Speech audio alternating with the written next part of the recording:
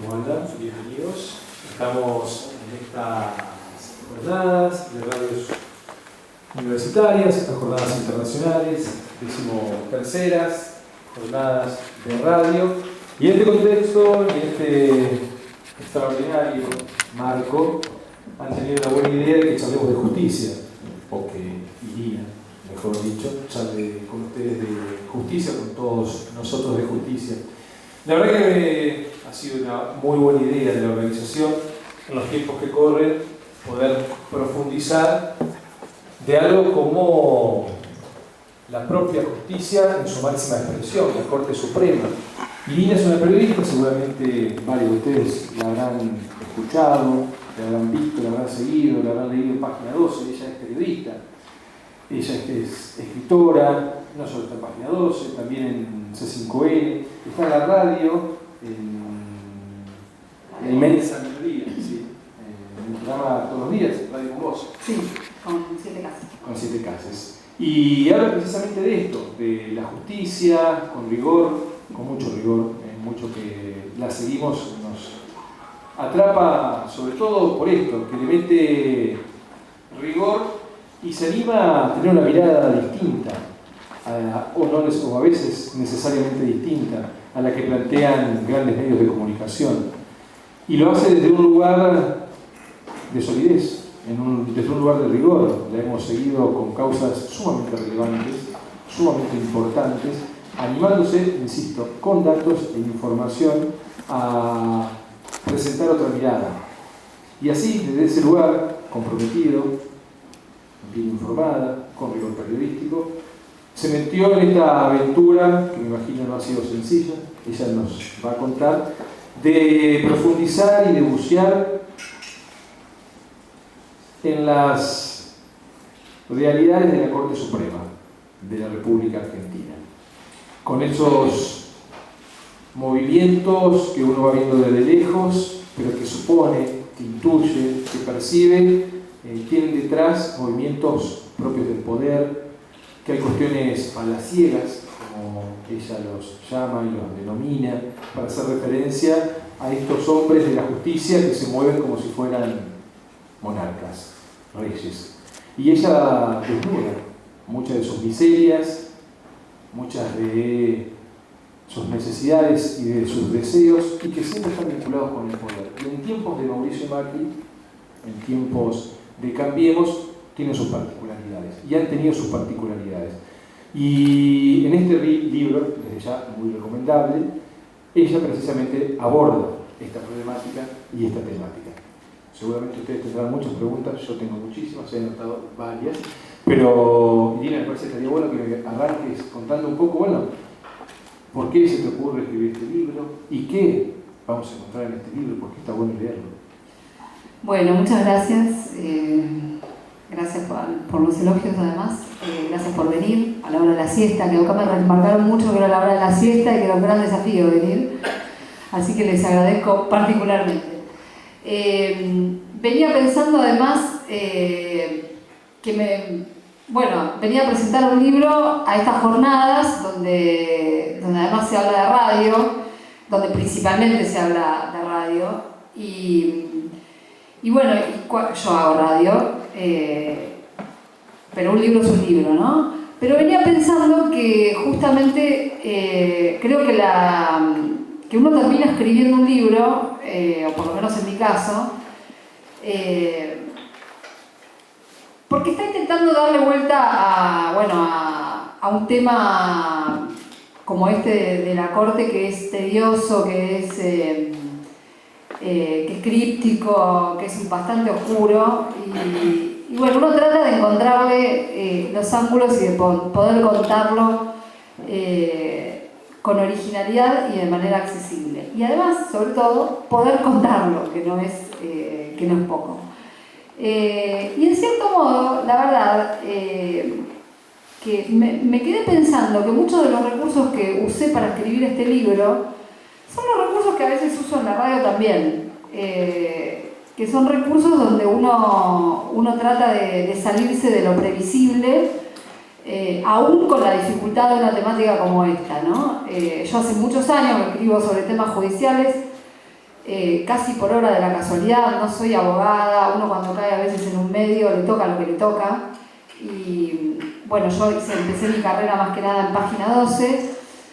Primero escribí sobre temas justamente vinculados a las universidades, y estuve un poquito tiempo con eso, y después me tocó este tema, me tocó el tema judicial.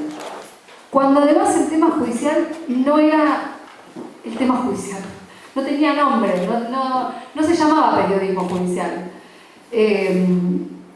Aunque esto hable de mi edad también, ¿no? Porque fue hace bastante tiempo. No se llamaba periodismo judicial porque el sistema de justicia no tenía el protagonismo político que tiene hoy, ni la injerencia que hoy somos conscientes que tiene en la vida de las personas, ¿no? Y aquí voy cuando digo que uso recursos parecidos. Cuando uno trata de hablar de estos temas que no todo el mundo entiende ni conoce, y justamente el gran desafío es poder traducirlos, porque el mundo judicial habla en difícil, escribe en difícil, está empacado en hacerlo. Además, si bien hay corrientes, bueno, que están tratando de romper un poco con esto, que han sido cuestionadas, bueno, la tarea en buena medida de quienes hacemos esto que se llama periodismo judicial es traducirlo. La posibilidad que le da a uno de escribir un libro, a una, es sí poder valerse de recursos narrativos. Y los recursos narrativos, ¿qué permiten? Permiten contar una historia, contar qué pasa en los rincones de la corte, pero contar también como si fuese... ustedes si leen este libro se van a encontrar con un libro que por ahí les parece un thriller o una novela, pero que es la vida real. Y es la historia de la corte de estos últimos 4 años. Este libro particularmente, yo escribí un libro anterior, después les cuento un poquito, también sobre la corte. Este libro en particular habla de justamente los jueces de la corte en la era Macri.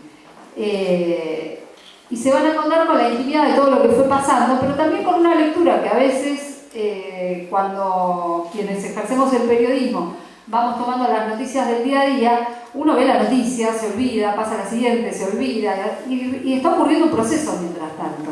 Entonces la idea de este libro, que tiene un poco de thriller, que tiene mucho de investigación, tiene también ese componente más histórico, que es mostrar en qué consiste ese proceso.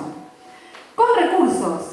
¿Qué tipo de recursos? Yo cuando cuento a veces las noticias en la radio, también trato de ¿cómo las vuelvo accesibles? Primero, mirando los personajes, ¿no?, que pueden componer una noticia judicial. Los personajes que pueden componer una noticia judicial no son solamente los jueces y las juezas, ni los fiscales y las fiscalas y los abogados y abogadas. Hay mucha gente alrededor del expediente.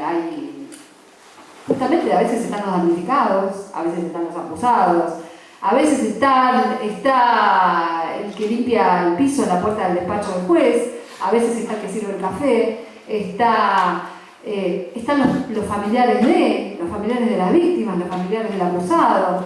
Bueno, cantidad de personajes, de seres humanos.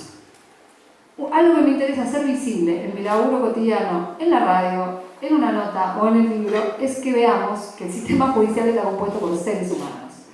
Los jueces son personas de carne y hueso, son falibles, aunque intenten demostrar otra cosa,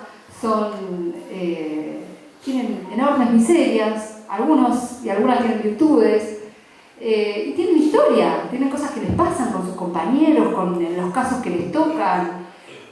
Todo esto a mí me interesa transmitir.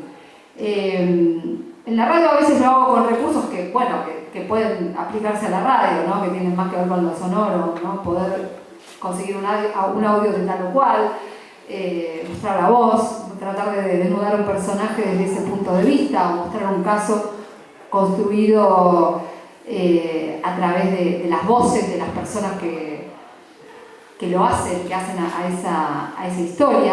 También teniendo en cuenta que casos judiciales no es solamente Comodoro Pi y toda la política y toda la trama política que ahí ocurre. Casos judiciales pueden ser muchos, y la Corte tiene la particularidad de que, como es el máximo tribunal, te encontrás todo. Te encontrás con la trastienda de todo lo que pasa en el sistema judicial y que linkea con la política y te encontrás con infinidad de casos que remiten a derechos sociales, a derechos de las minorías, bueno, cantidad de cosas. Y me parece que eso lo vuelve un universo además muchísimo más interesante. Les confieso que a mí me costó mucho hacerme un lugar como periodista para cubrir la Corte, porque yo venía de Página 12 y en los años 90 nadie quería cubrir la Corte porque era un lugar difícil, época de la mayoría automática menemista. Página 12 era mala palabra, era un medio al que todos se querían sacar de encima, así que me he pasado horas sentada en un pasillo, pero en un momento empecé a capitalizar eso de quedarme horas sentada en un pasillo, a pesar de que me molestaba enormemente, porque además tenía un poco quién había escrito sobre la Corte, quién era el que más sabía, Horacio Berbisky, ¿no? Ella era una niña de 25 de años golpeando puertas en la Corte. Pero bueno, ahí me quedé y en el origen de este libro y de los Supremos también reconozco y agradezco mucho el impulso que me dieron. No sé si conocen este medio digital tan valioso que es la revista Anfibia. Los directores de Anfibia en su momento ¿se acuerdan la época en que Carlos Fait, aquel juez de la Corte que llegó a estar en la Corte hasta los 97 años, justamente se discutía si estaba bien o mal que un juez de la Corte siguiera ejerciendo la magistratura a esa edad? Bueno, en ese momento vinieron los editores de Anfibia y le dijeron: vos tenés que escribir sobre la Corte. Para mí Anfibia era muy escribir Anfibia, qué miedo que me da. Yo les decía, no tengo más fuentes, nadie me habla, quería salir corriendo, pero la verdad es que me sentaron un día, y esto me parece además un gran recurso como ejercicio para cualquier profesión, no solo para los comunicadores y las comunicadoras. Me empezaron a hacer preguntas onzas, ¿no? De cosas de qué sabía de cada uno, de tal caso, de tal otro, y me hicieron notar que, claro, tantos años hablando de ese tema, no es el único tema del que escribo, pero sí es un tema que me toca, sabía de todo. Me dijeron, ¿te das cuenta que podés escribir lo que quieras con esto? Podés hacer lo que quieras. Y de hecho me puse a escribir una gran crónica que después salió en Anfibia y me quedé con tanto material que me sobraba, para mi sorpresa, que terminé escribiendo Los Supremos, que fue el primer libro. Los Supremos habla de la Corte, principalmente en la época que fue la Corte que refundó, por así decirlo, Néstor Kirchner, después que dio aquel famoso mensaje de cadena nacional. Creo que hubo 2 cadenas nacionales de Néstor, esa fue una, la que le pidió a los jueces, le pidió al Congreso en realidad que se ocupara de los Supremos en ese momento, y bueno, así fue que se empezó a desarticular la mayoría automática menemista. Fue un proceso muy interesante, algunos fueron enjuiciados, otros se fueron, pero esa Corte que quedó conformada en ese momento fue una Corte muy especial y a mi ver fue la mejor Corte en muchísimos años. Cuando llegó la Corte actual, todo se dio vuelta, todo empezó a cambiar, empezó un proceso recesivo en materia de derechos muy notable. La Corte anterior había sido una Corte que amplió derechos, que además sentó hitos fundamentales, ¿no? Como por ejemplo declarar inconstitucional en la ley del punto final de obediencia de vida, que por ahí en el momento no lo dimensionábamos. Yo el otro día le tenía que explicar a mi hija adolescente lo que había significado de eso. Y fue la reapertura de los juicios de lesa humanidad. O sea, sin eso no había juicios. O había a regañadientes, porque había jueces de primera instancia que avanzaban. Y fíjense que hizo esta Corte nueva, la Corte de Macri, cuando uno se pone a mirar el proceso, lo que ocurrió en este tiempo. Yo creo que hay 2 grandes rubros y todos tienen que ver en el fondo tienen que ver con derechos humanos, que muestran la impronta de esta Corte. Quizá el más obvio es el que desembocó en el famoso fallo del 2x1 a favor de un genocida del Hospital Posadas, que le concedía la libertad bajo el beneficio de esta ley, que era una ley que había sido en realidad una ley que había sido aprobada para delitos comunes, que no tenía nada que ver, que era del año 94 y que además estaba derogada, y sin embargo la aplicaron. Y se llevaron la sorpresa de que de un mal cálculo. Ellos escuchaban los supremos, digo, ¿no? Escuchaban que Macri decía el negocio de los derechos humanos de manera peyorativa y siguieron un poco esa línea, ¿no? Y se encontraron con una masa de gente en la calle, con una multitud. Hasta los propios supremos tuvieron que ponerse a colaborar con el Congreso para sacar una ley interpretativa, pero todo esto fue un proceso.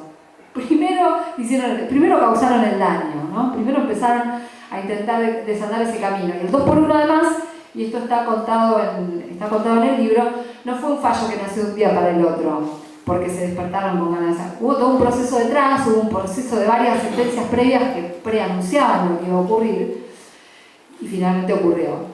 Y la otra rama que les diría que toca que muestra de manera notable este movimiento pendular que hace el sistema judicial habitualmente, que no se había notado en la corte anterior, pero en esta fue muy claro, es el derecho laboral, en los temas laborales, reclamos de trabajadores ante la corte, en un escenario que además el Estado despedía gente de manera masiva y era evidente que era el tema.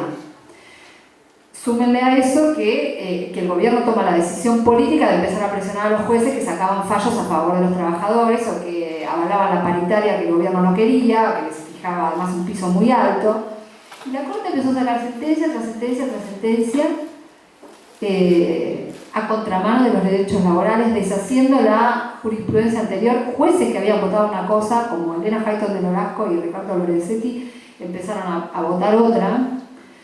Y así se conformó una verdadera doctrina pro-empresaria en muy poco tiempo, en 2 años y monedas, que incluye desde sentencias adversas contra trabajadores que esperaban una indemnización por haber perdido los dedos de la mano, por ejemplo, hace 10 años, o la limitación del derecho a huelga. Hasta hubo una audiencia pública por la cuestión del derecho a huelga. Esto para darles un trazo general de cuál es la idea de un libro de estas características. Pero también un libro de estas características busca que todos sepan quiénes son esos 5 seres humanos, 5, que concentran ese poder mayúsculo. 5 no es nada. Son 5 personas que pueden decidir los destinos de un país. 5 personas que con una mayoría de 3 lo pueden hacer. ¿Se dan cuenta? No es nada. ¿Quiénes son? Entonces a mí me interesó contarlo con este recurso de pintar a esos seres humanos que son y contar algunas cosas que nadie sabe, como por ejemplo cómo se llaman entre sí, cómo los llaman dentro de la corte, para que se den una idea.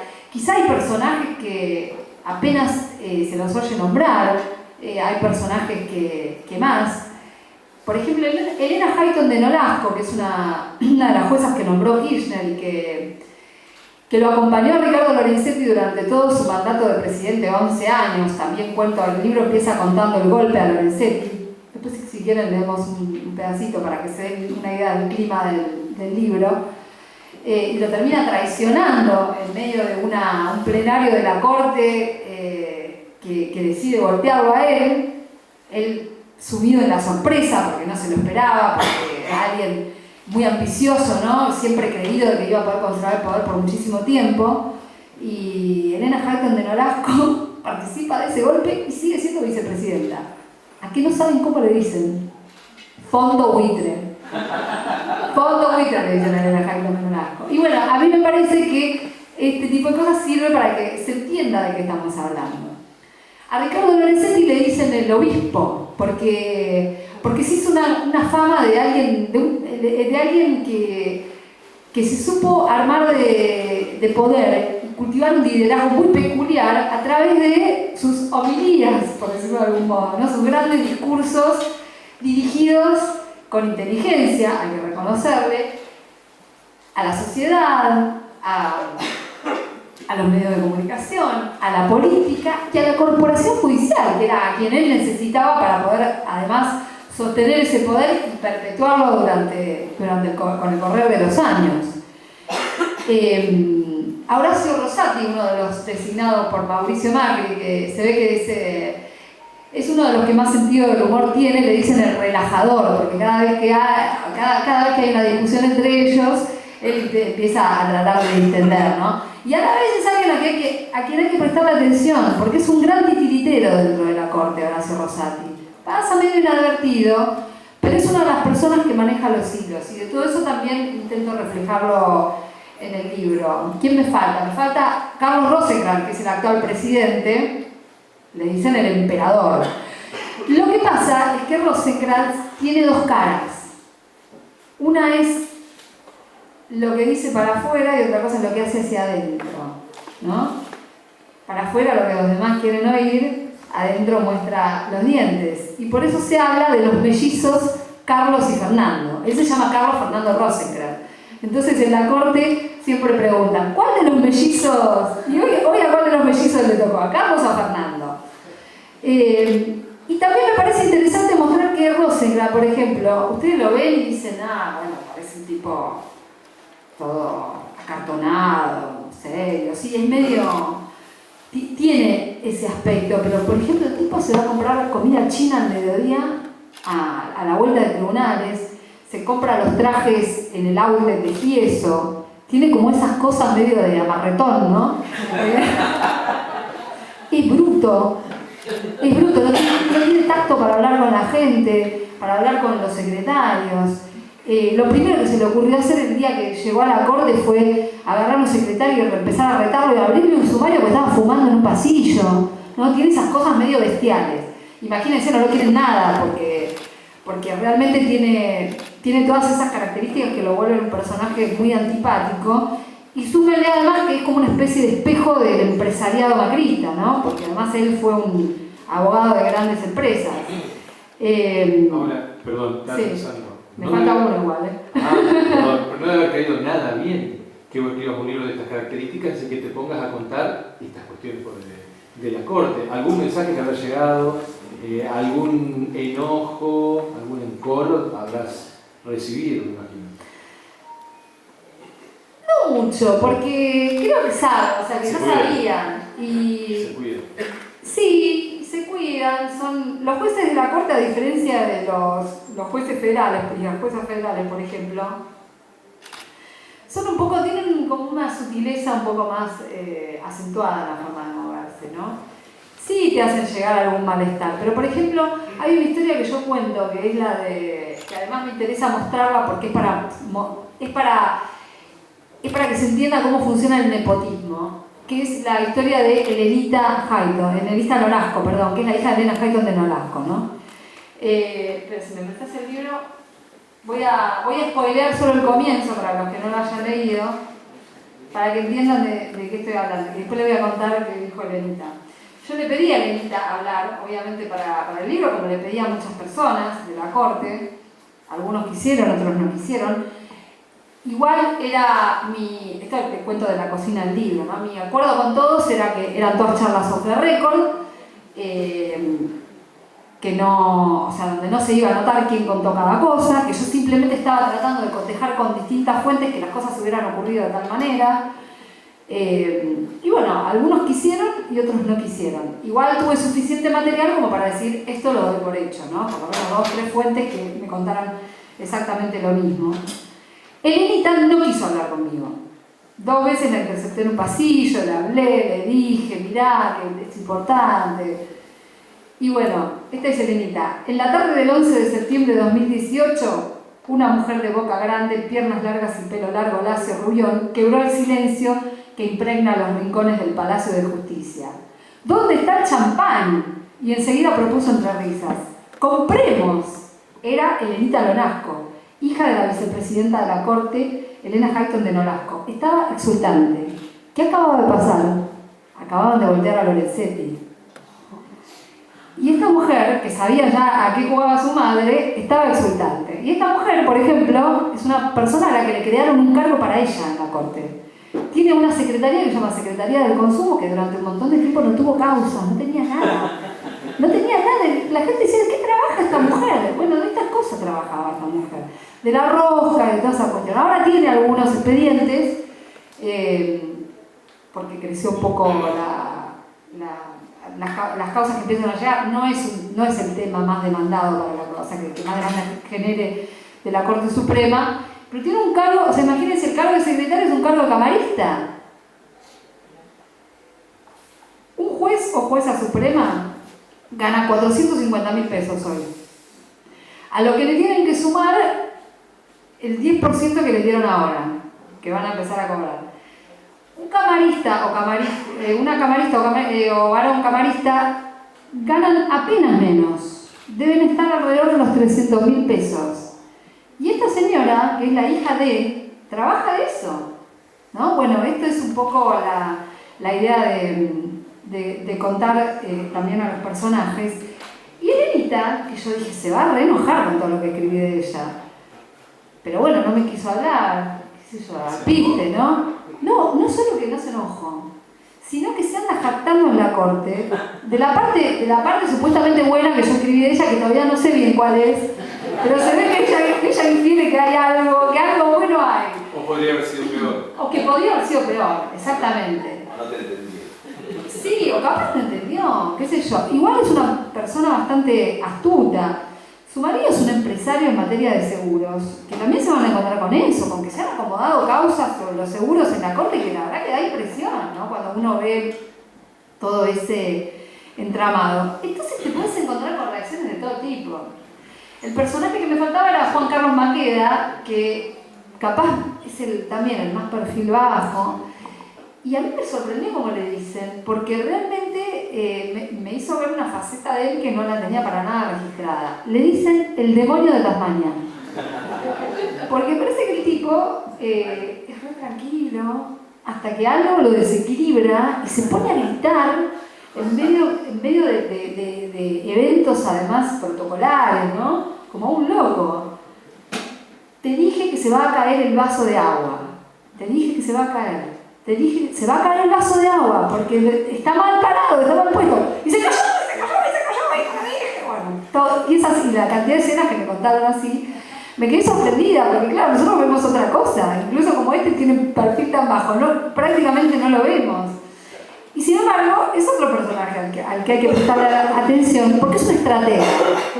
Y porque es uno de los personajes más políticos de la corte, en todo el sentido de la palabra.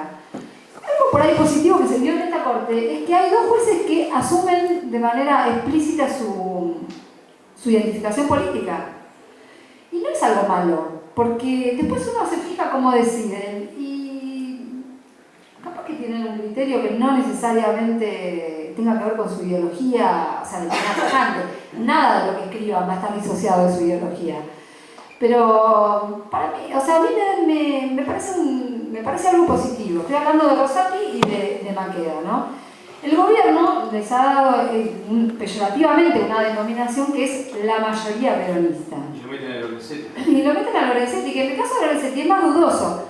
Porque los dos peronistas, incluso dicen, ¿es peronista? O cuando le conviene, ¿no? Porque tiene un pasado peronista Lorenzetti, es verdad. Pero también es el más sinuoso de todos, ¿no? Es un poco el que se va adaptando al escenario. Ustedes recordarán que tuvo una muy buena relación con Cristina Fernández de Kirchner, pero hubo un momento, en el segundo mandato de Cristina, cuando ya se veía venir que los vientos soplaban para otro lado, la Corte Suprema se convirtió en la Corte que históricamente más sentencias sacó contra un poder ejecutivo, cuando estaba al mando de Ricardo Lorenzetti. Y Lorenzetti iba y venía con ella, ¿no? Tenía una relación amor-odio en la que supieron los dos mantener muy bien la tensión y no hacerla estallar de manera rotunda, mientras Cristina estaba en la presidencia. Sin embargo, a mi modo de ver, la peor pasada la jugó Lorenzetti cuando ya terminó la presidencia de Cristina, ¿no? Y este es otro aspecto del libro que a mí me interesa mucho que se sepa, que forma parte del contenido, que es, se ha subestimado el papel de la Corte en relación a toda la ofensiva ocurrida en Comodoro Pi durante los últimos años, o en muchos tribunales federales, pero sobre todo en los porteños, que llevaron a que en el año 2017 hubiera más de 25 personas presas, exfuncionarios en su mayoría, algunos empresarios. Y en general se lo ve como un hecho que nace en Comodoro Pi, ¿no? Que empieza y termina en Comodoro Pi. Como la doctrina Ilurso. Sí, pero no es así. O sea, cuando uno se pone a ver qué es lo que ocurrió, no nació en Comodoro Pi. Y una de las cosas que van a encontrar en el libro es dónde nació la doctrina Irursum, y la van a encontrar en el despacho de Lorenzetti. La doctrina Irursum es, para los que no sepan, es esta argumentación que ha permitido que exfuncionarios, por el solo hecho de haber sido funcionarios, haber formado parte del poder político, eran objeto de sospecha. ¿Sospecha de qué? A una persona se le dicta prisión preventiva cuando tiene riesgos procesales. ¿Qué quiere decir esto? O que puede obstruir una investigación o que puede fugarse. Pero el solo hecho de haber sido funcionario es una suposición que tenga un poder residual, como le empezaron a decir en Comodoro Pi, ¿no? Es una suposición. Y sin embargo, se construyó toda una doctrina con eso. La historia secreta, búsquenla en el libro, no la voy a contar entera, la historia secreta, pero la letra de lo que fue la doctrina Irursum nació adentro de la corte y nació en el despacho de Lorenzetti. Que Lorenzetti además es el que le dio una hermosa bienvenida en la ciudad de Buenos Aires al hoy ministro de Justicia de Brasil, Sergio Moro, que en ese momento era juez, que era el juez del Lavallato, el juez que además hizo todo para que Lula da Silva quedara detenido, pero fue traído acá como el modelo de juez a seguir. Y dio conferencias, y los jueces federales lo escucharon. En el Centro de Información Judicial están colgadas todas las charlas que dio, y es una cosa increíble, porque a veces es increíble lo que le preguntan los jueces argentinos. Bueno, pero era presentado como el gran héroe regional en materia judicial, y bueno, después todo quedó sellado en esa famosa foto que se sacaron Lorenzetti, Moro y Claudio Bonadío al lado, ¿no? Me parece una síntesis muy precisa de qué es lo que se traía en ese momento. Y van a ver que ahora, y esto ya no entra en el libro, pero quizá entra en algún próximo, todo va a cambiar otra vez. Todo va a volver a cambiar de nuevo. Hay una autora holandesa que yo cito en el libro, que me pareció que hizo una tesis además sobre el sistema judicial argentino, que ella habla en términos teóricos, dice, esto se llama defección estratégica. Y me pareció una gran definición de esto que ahora se le dice el panquequeo, ¿no? Que todos hablan del panquequeo de Comodoro Pi. Es un movimiento bastante habitual en los tribunales, en algunas épocas más que en otras. Yo creo que ahora se ha exacerbado de una manera impresionante, por lo menos en los tribunales porteños, y en la corte se ve todavía tímidamente, pero acuérdense esto, se va a ver. Se va a ver y en algún momento van a decir qué barbaridad las prisiones preventivas, es un horror, y sí, lo van a decir, y van a volver sobre los pasos. Con la diferencia de que la Corte no llegó a salir un fallo en la Corte, porque tampoco son tontos, entonces dejaron actuar a otros, ¿no? Y otro rasgo que fue subestimado en relación a este sistema es el papel que se le dio a personajes de Comodoro Pi dentro de una estructura de la que habrán oído hablar mucho recientemente, que es el organismo de escuchas telefónicas, que hoy es mucho más que una oficina de escuchas telefónicas. La oficina de escuchas se la quedó a la Corte después de que, con un decreto de Mauricio Macri, porque Macri se las quería sacar a la Procuración General, las tenía Gil Carbó, no quería saber nada con Alejandra Gil Carbó, le sacan la oficina de escuchas, se la dan a la Corte, que obviamente la recibió con mucha alegría. ¿Por qué? Porque es una fuente de poder alucinante.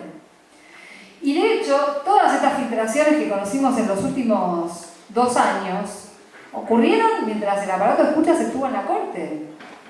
Antes, mientras estuvo en la Procuración, no ocurrió nada semejante.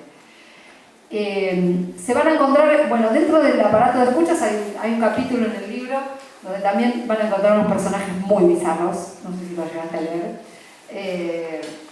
que bueno, que también me interesa que se conozca ese inframundo de gente que maneja ese aparato de espionaje que tanto poder tiene, ¿no? Porque uno ve arriba a los supremos, pero abajo hay gente caminando por los pasillos que uno ni se imaginaría el papel que tienen, ¿no? Para que se den una idea, hay uno que le dicen poet, porque es el que aparentemente limpia los pisos. Y claro, va dejando el balde en determinados lugares como marcas, ¿no? Y es un tipo de la estructura de la oficina de escuchas. Funcionan así. Y la oficina de escuchas además está llena de hijos de jueces y juezas de Comodoro Pi. Y a la vez la oficina de escuchas está manejada por el doctor Irurzun, el de la doctrina Irurzun. Es el director de la oficina de escuchas, que además no solamente es oficina de escuchas, sino que se convirtió en una especie de mega órgano de investigaciones, ¿no? Entonces tiene mucho poder, tiene una conexión bastante directa con el poder ejecutivo. Cuando se echan la culpa por quién filtró las escuchas, es toda una pantomima, porque todos participan de lo mismo. Es algo bastante impresionante. José, Irina, justo te iba a preguntar, está en tu libro esto del armado de causas, y vos hablas de las filtraciones. Entonces, y aprovechando el contexto que estamos hablando de radios, el papel y el rol, te pregunto, que juegan los medios de comunicación en todo esto. Porque hay un armado de causas que me imagino tiene como objetivo que también repercuta precisamente en los medios de comunicación y a partir de ahí en la opinión pública y en la formación de sentido y de sentido común. ¿Esto está presente? ¿Cómo juega? ¿Y cuál es el vínculo que tienen muchos de estos supremos y la justicia con los medios de comunicación? Primero un tema que es interno de la Corte. Ustedes saben que la Corte en el año 2000, entre 2008 y 2009 creó algo que se llama Centro de Información Judicial, que es una suerte de agencia de noticias del Poder Judicial, la maneja la Corte. Fue muy bienvenida en su momento porque para los periodistas judiciales a veces acceder a un fallo era una lucha sin sentido, ¿no? Una cosa estar pidiendo por favor mándenme el fallo durante horas. Y el Centro de Información Judicial acortó ese camino. Sobre todo empezó a transparentar además esa información que a esta altura del partido la verdad es inocultable. Una herramienta muy útil desde ese plano. Después con el tiempo se empezó a notar cómo metía la mano Lorenzetti. ¿Por qué? Primero por cómo titulaban las noticias. Porque uno dice, bueno, una agencia del Poder Judicial pone el fallo sobre tal cosa, listo, su ruta, no tiene que poner más nada. Pero empezaron a poner títulos donde enfatizaban determinados nombres, enfatizaban determinados delitos. Los favoritos fueron los funcionarios del kirchnerismo, ¿no? Salían casi todas las causas contra Cristina Fernández de Kirchner y contra sus exfuncionarios. Había fallos de algunos tribunales que no aparecían, por ejemplo, algunas salas de la Cámara de Casación. Uno empezó a ver un recorte muy contundente. Distorsionaban alguna información. Por ejemplo, cuando se pelea por el tema del presupuesto, no es lo mismo decir que la Corte no consiguió el presupuesto que quería para el Poder Judicial que decir el Poder Ejecutivo recortó el 40%, cuando lo que había sucedido era que le dieron el 40% menos de lo que esperaban. Y sin embargo recortó el 40%.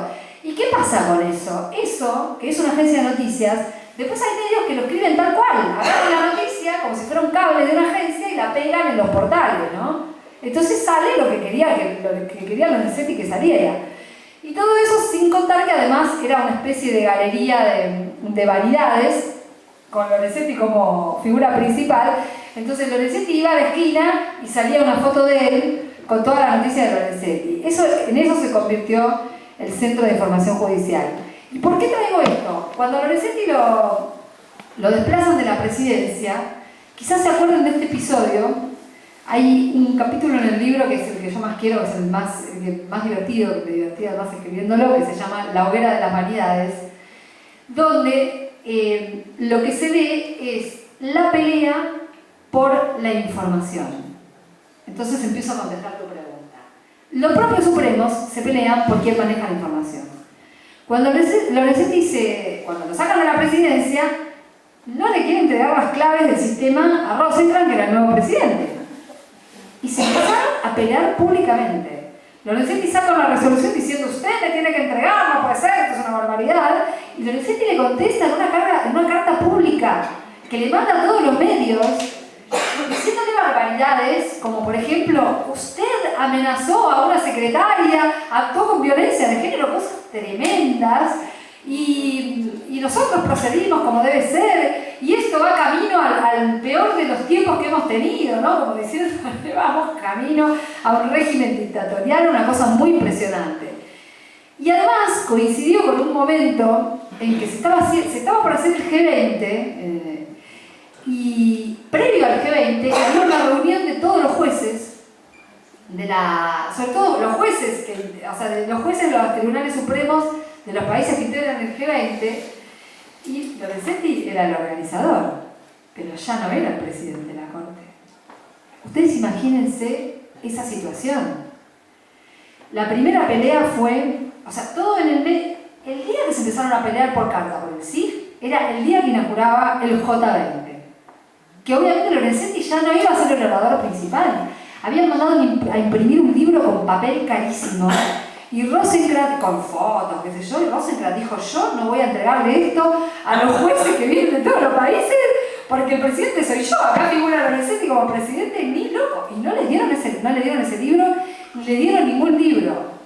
Estaba todo tan tenso, estaban en la cúpula del CCK, igual no les voy a contar muchos detalles, véanlo porque es imperdible. Estaban en la cúpula del CCK, llegan los dos y casi se van a las manos. Empezaron a sacar a los mozos que estaban ahí, empezando a servir el café, empezaban a llegar los jueces de los otros países, y estos dos casi se agarran a las piñas. El eje de la discusión era la información, el manejo de la información. Miren si será un capital al que ellos mismos le dan importancia. ¿Y qué pasa con la relación entre los... Bueno, voy a hablar de los supremos y después hablo de los jueces en general. Lorenzetti había generado una práctica que estaba bastante buena, que era que una vez por semana recibía en un off a los periodistas de los principales medios y de las agencias de noticias. La verdad que estaba muy bien. Estaba muy bien si después ibas y golpeabas otras puertas, que te permitieran entender que la mirada de ese señor no era la de todos, ¿no? Porque él te vendía como presidente lo que quería contar. Pero en general cumplía su cometido. Porque todos los medios escribían, era increíble, ¿eh? Salías de un off y después veías en Clarín, sobre todo, era lo que el tipo había dicho, como si hubiera sido un hallazgo de Clarín, ¿no? Y bueno, ahí también entra un poco la responsabilidad del medio y la responsabilidad de cada periodista, ¿no? De tener que arreglárselas para cotejar lo que te cuenta una sola fuente. Ahí la comunicación en ese periodo estuvo monopolizada. O sea, era muy evidente y lo sabíamos los pocos que íbamos a la corte. Lo que pasa que algunos se hacían cargo y otros no. Tan celoso de la información era Lorenzetti, en los Supremos está contado que a un colega a quien respeto mucho, que es Néstor Espósito, lo quiso echar de las reuniones. Porque en las reuniones esas, ¿qué pasaba? Que era otra lo que preguntábamos. Los demás escuchaban, decían encima de la cabeza y anotaban, ¿no? Y bueno, ¿cuál fue el resultado de toda esa cuestión? Lorenzetti dejó de hacer los off the record porque se empezó a encontrar con periodistas que de a poco empezaban a buscar información en otro lado. Igual duró bastante tiempo y era muy notable cómo conseguía manipular, digamos, la información.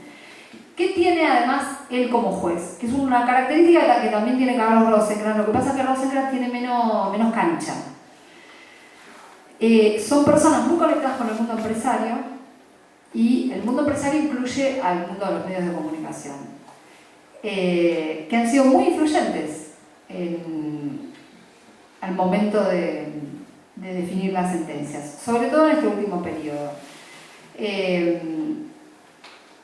Quizá el caso más claro, a veces con algunos colegas en Página 12 y sobre todo en C5N también, solemos hablar de, para decirlo de manera sintética, el poder político, mediático y judicial, como una tríada donde todos estos actores se necesitan mutuamente y alimentan mutuamente un mismo discurso.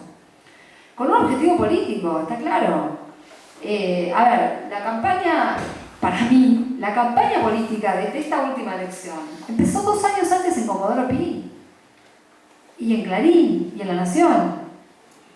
Recién después empezó la campaña asumida, digamos, físicamente por los políticos. Pero es muy impresionante lo que pasó. Empezó en los tribunales la campaña. Si no lo sabemos, si esto no hubiera ocurrido, quizás hoy los candidatos serían otros. Y eso ocurrió. Y ocurrió en esta además alianza entre Comodoro Pi y la corte que les estoy describiendo.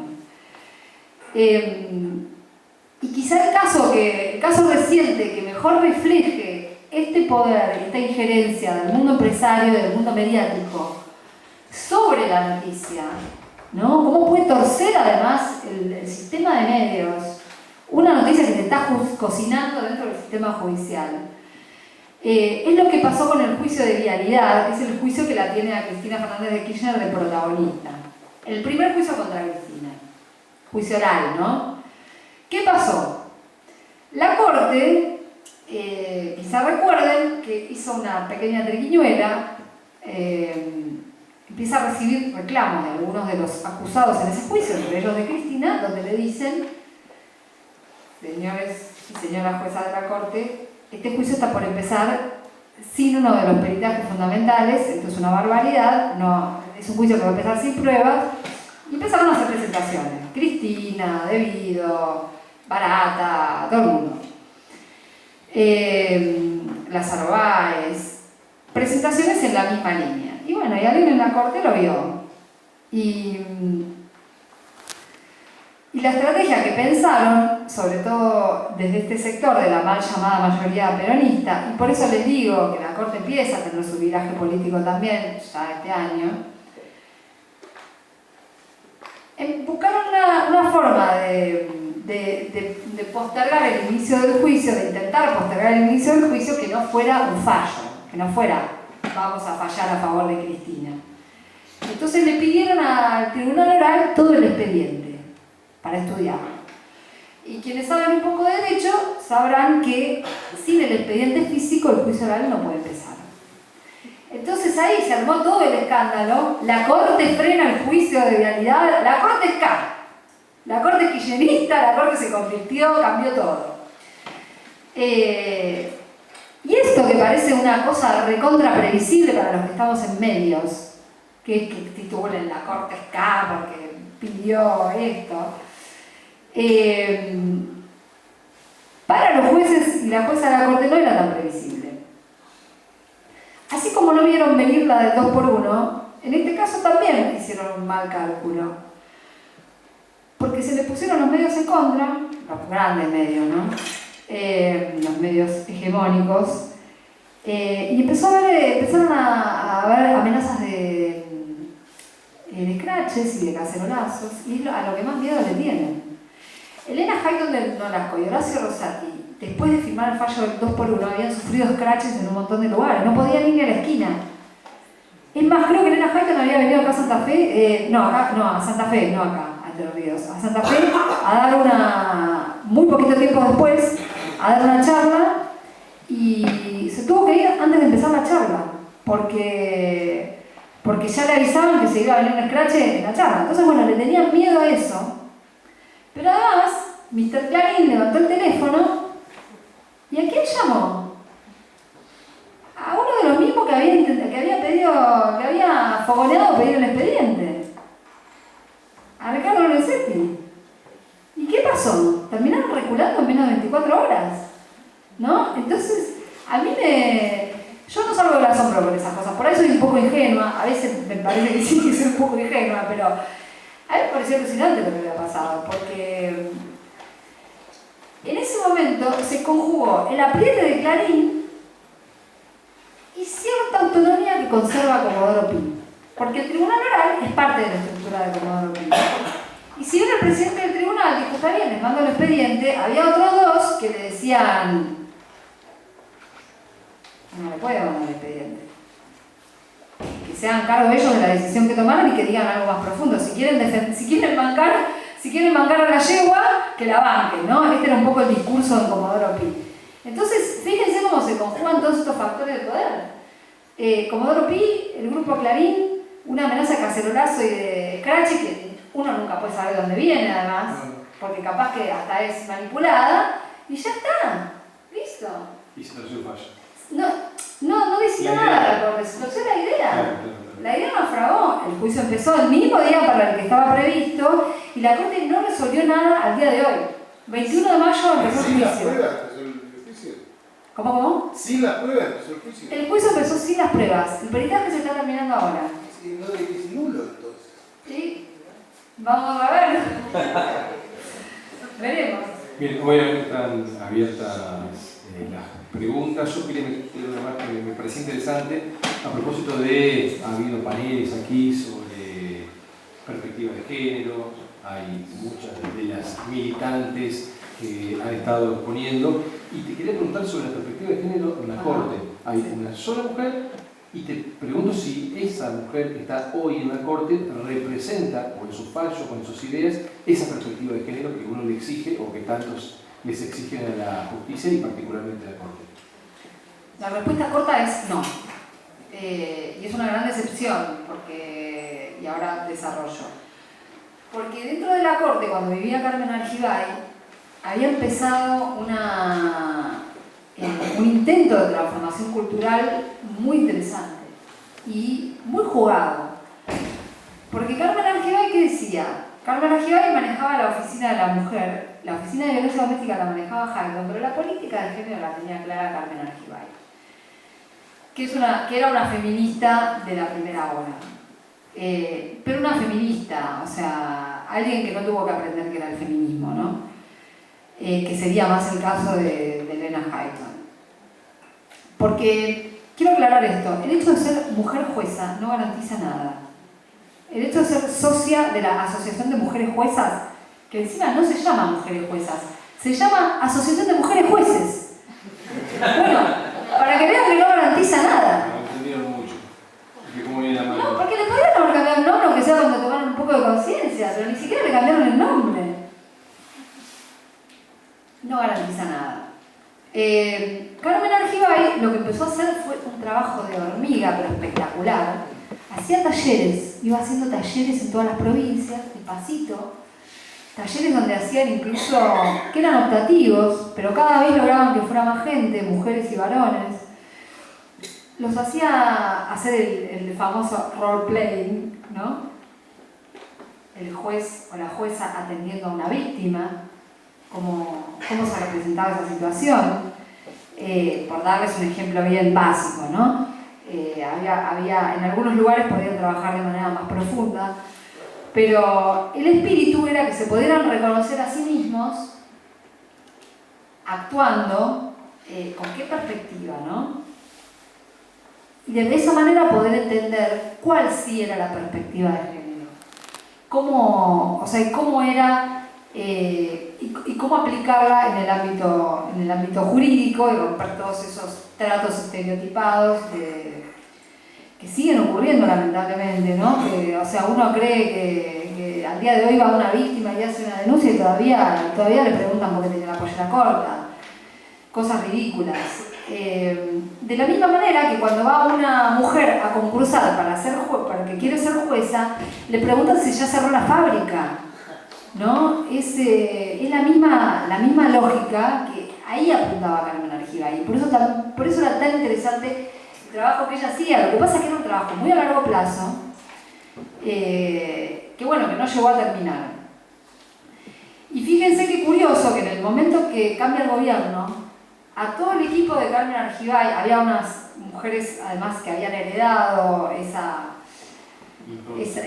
mirada, ¿no? Y mujeres muy formadas además en materia de derechos de las mujeres.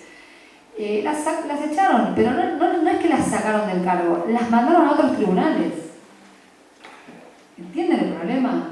Lorenzetti. Decisión de Lorenzetti.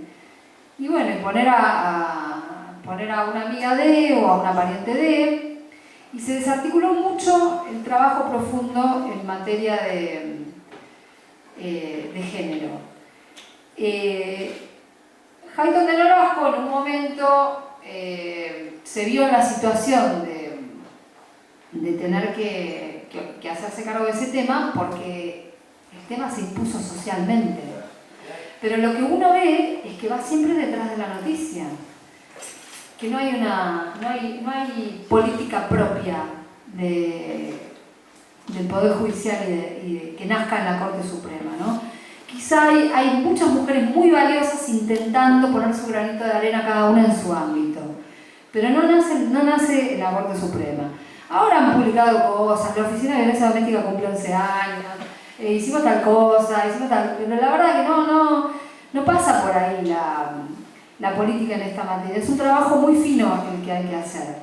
Y se van a encontrar con un capítulo en Rebelión en la Corte que se llama El zorro que cuida al gallinero, que eso no sé si el nombre les dice algo, pero la gran paradoja que yo creo que desnuda la precariedad con que se trabaja en esta temática es algo que pasó en la Oficina de Violencia Doméstica, que no es conocido. También la idea del libro es contar cosas que no se contaron mucho públicamente, y es que el señor que cuidaba la Oficina de Violencia Doméstica, el custodio, quedó preso por violencia. Bueno, no cuento más nada. Estoy spoileando demasiado. Irina, quería preguntarte, vos subrayaste que son solo 5 miembros, sí. Así que supongo que hiciste decir que deberían nombrarse nuevos miembros, sumarse otros, y quería saber si crees que Alberto Fernández tiene alguna idea al respecto. Me da la impresión de que no, pero seguramente vos sabés algo más. Mira, yo que vi funcionar la Corte con más miembros, la vi funcionar con 9, la vi funcionar con 7, la vi funcionar con 3 y la vi funcionar con 5. De lo que vi, pero que quizá tenía que ver también con las personalidades que componían esa Corte, la Corte de 7 era muy buena, tenía una dinámica muy, muy interesante. Yo le pregunté hace poco a Alberto Fernández, en la tele incluso se lo pregunté, qué pensaba hacer qué reforma tenía en mente. Y la verdad es que lo que me dio a entender él es que no va a arrancar por ahí, que tiene la mirada más puesta en el Consejo de la Magistratura, que es como la madre de todo, ¿no? Que es el lugar donde se elige y donde se juzga, se sanciona a los jueces, o sea, donde puede empezar un juicio político.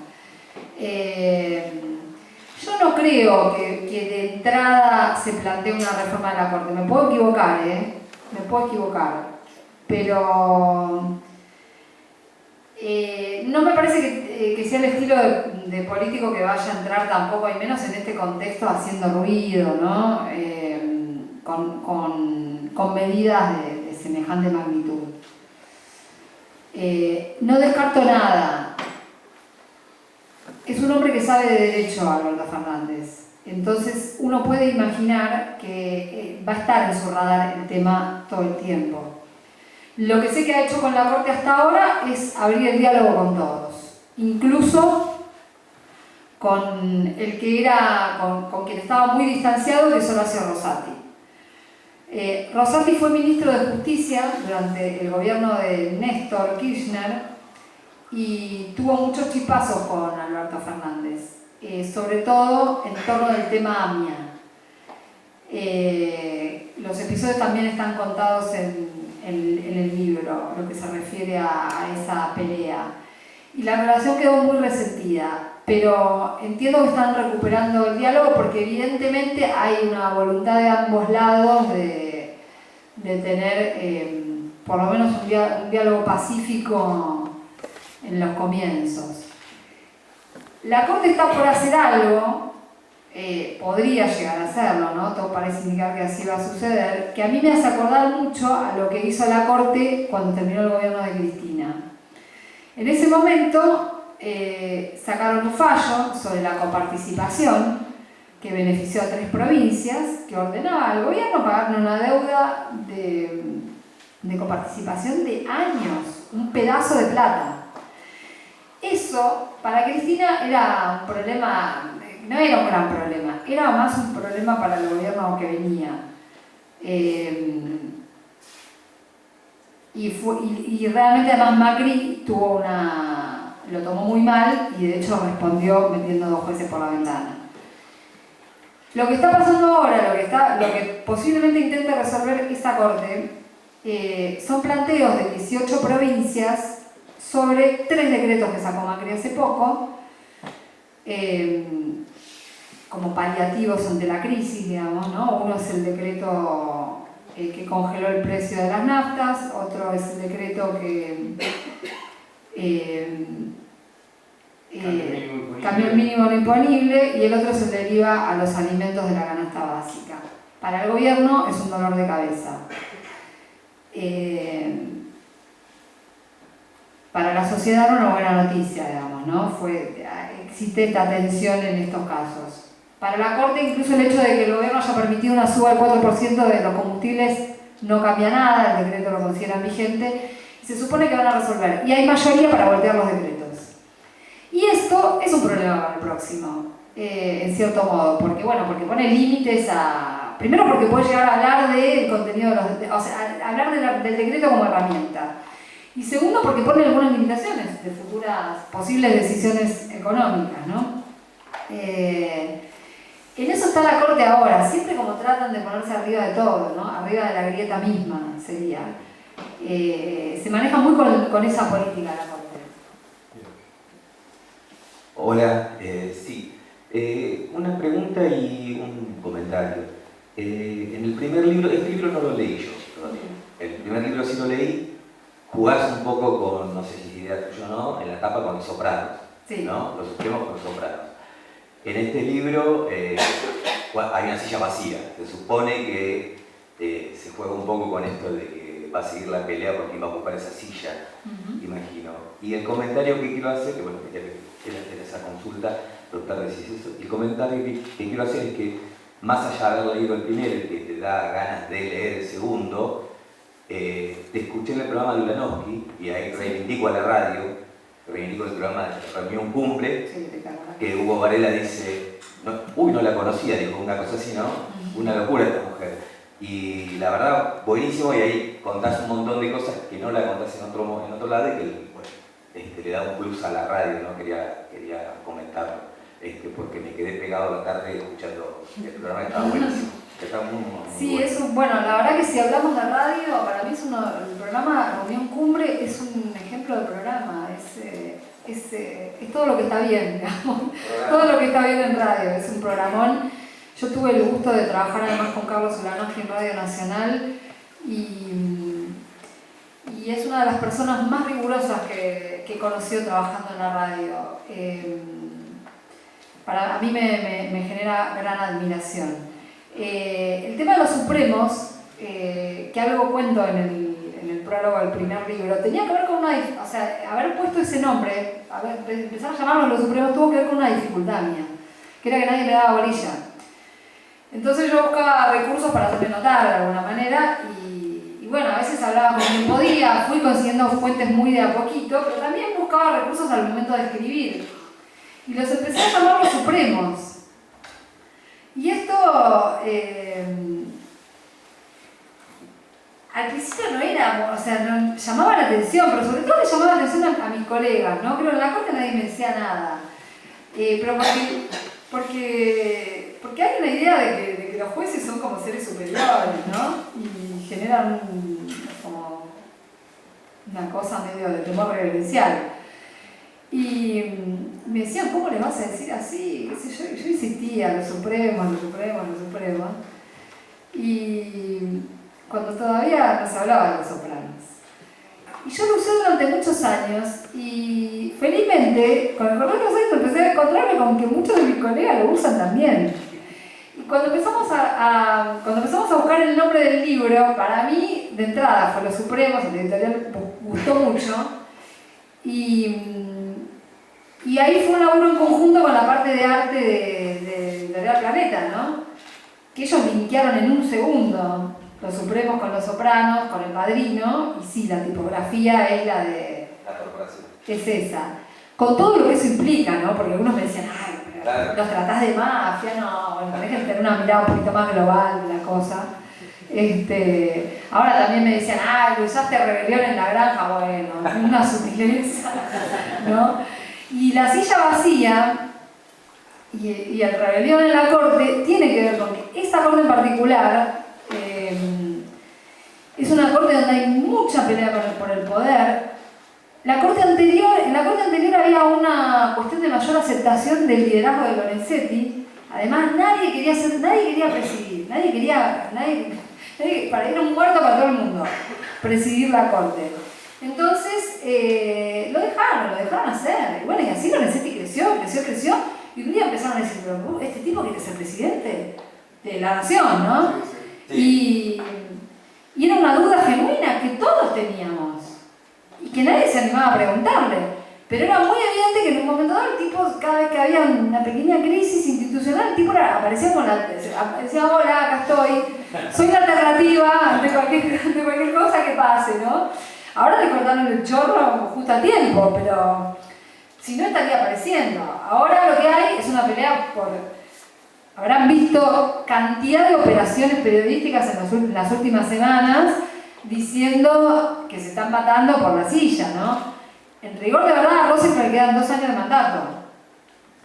Y sí, la realidad es que Lorenzetti quiere volver a ese cargo. Es increíble, a mí me parece increíble que se pueda pensar y que lo puedan volver a pensar en ese cargo, pero hoy la realidad es una posibilidad.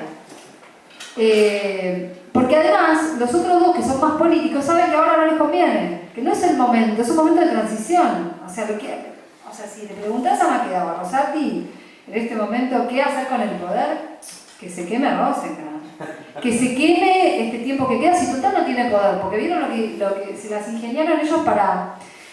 que esto fue lo que hicieron poco tiempo después de ese golpe. Sacaron una resolución donde le limitan el poder a Rosenkrantz. Y lo que establecen es que Rosenkrantz no puede tomar decisiones solo, decisiones que parecen burocráticas pero que no lo son, como es designar jueces, dar contratos. ¿Saben lo que un contrato se cotiza en el Poder Judicial? O sea, que te den un secretario o una secretaria, están todos pidiendo a gritos ayuda, ¿no? Porque además si algo caracteriza a las jueces y juezas, es que no quieren laburar. Sí, por eso huyeron tanto cuando se reformó el sistema durante el kirchnerismo, que sacó el sistema acusatorio. ¿Qué traía el sistema acusatorio? La oralidad. ¿Y qué hizo Macri con eso? Sacó un DNU suspendiendo esa reforma, haciéndole juego a la corporación, porque no quieren laburar. La oralidad los obliga a trabajar, a sentarse, a dar la cara frente a las personas que piden justicia o frente a los acusados, ¿no? Es muy impresionante eso. Entonces, el tema de los contratos es una de las decisiones que le sacan a Rosenkrantz. Se tiene que tomar por mayoría, no la puede tomar solo más el presidente de la Corte. Lorenzetti estuvo 11 años decidiendo cosas solo. Imagínense, hizo estragos. Sobre presupuesto, sobre estructuras, sobre reglamento. Entonces, él no puede más decidir eso solo. Entonces, tienen ahí hay una silla vacía latente, esta sillita que es a la que se refiere él, hay una silla vacía latente, hay una pelea latente por el poder, hay una redefinición permanente del sistema, que es lo que tiene la rebelión, ¿no? Además, lo que hubo contra Lorenzetti fue una verdadera rebelión, que además lo tomó por sorpresa, lo dejó desencajado por bastante tiempo. Lo que pasa es que el tipo es muy habilidoso y después se fue ubicando otra vez, ¿no? Y se sumó a esa mayoría mal llamada peronista. Digo mal llamada porque es una mayoría que funciona mucho para las cuestiones institucionales y para provocar efectos, pero hay un constitucionalista que se llama Gustavo Arballo que hizo una estadística de los fallos y dice la mayoría peronista en los fallos no existe. O sea, no es que hay una mayoría peronista consolidada que uno ve que funcione de manera matemática o automática en los fallos. Por ahora no aparece. Pero sí hay una pelea latente por el poder que es muy fuerte y que no se dio en la época de los supremos. De mi libro, Supremos. Sí. Y que ahora sí es muy notable, ¿no? Y que a uno le genera la intriga todo el tiempo de quién será el próximo presidente de la Corte, ¿no? Y si Rosenkrantz terminará el mandato o no. Y estamos en un momento de transición donde asistimos a esa latencia, básicamente. Bien. Hay como un consenso de que esta Corte actual es de muchos menos valores que la Corte que refundó Néstor. Sin embargo, hay por lo menos 3 integrantes que participaron del anterior y participan del actual. ¿Qué cambió tanto? ¿Lorenzetti es otra persona o aparentaba ser lo que era y no era? O sea, el cambio es medio incomprensible, al ser 3 integrantes de la corte anterior, siguen siendo en la actual. Y la otra pregunta es, la factura que le pasó Lorenzetti a Cristina después que dejó de ser gobernante, no me quedó claro cuál fue, que vos mencionaste. Ah, ok. La primera era sobre... Sobre cómo es que cambió tanto. Ah, no, y es el contexto político. Es sencillo. Entonces no fue tan buena, simplemente Se van acomodando. No, realmente para mí esta no es una buena corte. Y ha sacado fallos muy regresivos. ¿Tiene alguna... la anterior, digo yo, la anterior. La anterior sí fue una buena corte. Y 3 componentes de la actual. Se adaptaron al contexto. Fíjate que un aspecto de Nolasco. A mí me dijo en una entrevista, a los 75 años me voy. Y ahí está la señora. Pasaron cosas. Sigue siendo vicepresidenta. Es lo más. O sea, es una genia. Claro, Hayton tenía vínculos antes. Ella estaba muy bien con el kirchnerismo. ¿Saben quién la puso a Hayton? ¿Quién sugirió ponerla a Alberto Fernández? Porque estaban juntos en la cátedra en la Facultad de Derecho de la UBA. Lo cuentan los Supremos. Acá creo que lo recuerdo también. Creo que ella es el mejor ejemplo del panflequeo explícito, porque ella negocia después, le piden a las que se quede. Porque evidentemente el gobierno de Cambiemos esperaba tener una corte adicta. Pone a 2 jueces. Uno era negociado, porque Rosati era negociado con el peronismo, si no podían poner a nadie. Y como Carrió lo banca a Rosati, lo ponen a Rosati, y además saca muchos votos después en el Senado. Rosenthal también. Y entonces, para hacer mayoría necesitaban a alguien más. Y Hayton tenía una relación de muchos años con Germán Garabano, con el ministro de Justicia. De actividades que hacían juntos, de la relación también con la Embajada de Estados Unidos. Y evidentemente eso fue el puente que tuvo este gobierno para hacerla cambiar de opinión a Elena Hayton y que se quede, porque Hayton presentó un amparo para quedarse. Y el gobierno no lo apeló, entonces se quedó. Y además se quedó en un momento estratégico, porque una de las pocas cosas buenas que hizo esta corte fue sacar un fallo que dio vuelta a la famosa doctrina Fayt, que te podía quedar en la corte hasta la muerte, digamos. Sacó un fallo que dijo, no, la Constitución dice 75 años, y a los 75, si el Senado no te vuelve a dar acuerdo, su ruta. La Corte Menemista había sacado un fallo a favor de su propio integrante, Carlos Fayt, diciendo que la Constitución es inconstitucional, una cosa increíble. Bueno, pero eso ocurrió. Y esta Corte revirtió esa doctrina. Como Hayton sabía que se venía eso, ella fue y presentó su amparo antes. Entonces ella se quedó, aún con el fallo de sus colegas, porque ella no firmó después, pero ya sabía lo que iba a pasar. Y ella se quedó. Entonces creo que por ahí este es el ejemplo de la adaptabilidad de los jueces, ¿no? Después también el cariz de las decisiones. Como decía antes, Hayton y Lorenzetti se pasaron durante más de una década sacando fallos a favor de los trabajadores. Se dieron vuelta en todo. Vas a encontrar un detalle, en este libro vas a encontrar un detalle de todos los fallos donde se dieron vuelta. Pues, ¿cómo puede ser?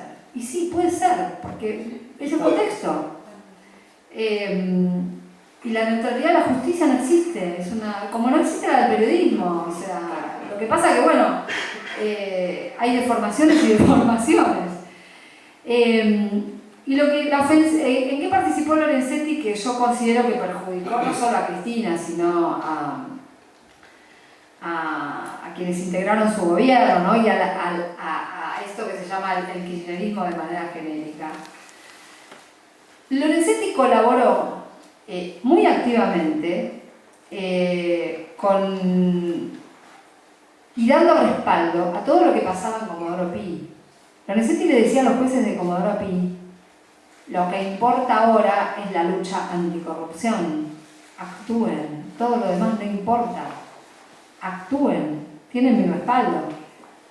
Crearon una base de datos de casos de corrupción, hicieron todo un circo tremendo, poniendo el tema de la corrupción ahí como está. Aparte es un fenómeno regional también, no es solamente acá.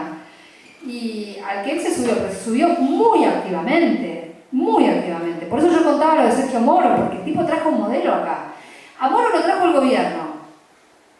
Y a la corte lo llevó Lorenzetti.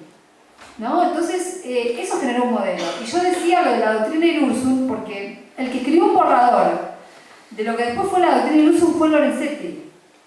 Entonces digo, es una ingenuidad seguir viendo esto como algo que ocurrió solamente en Comodoro Pi.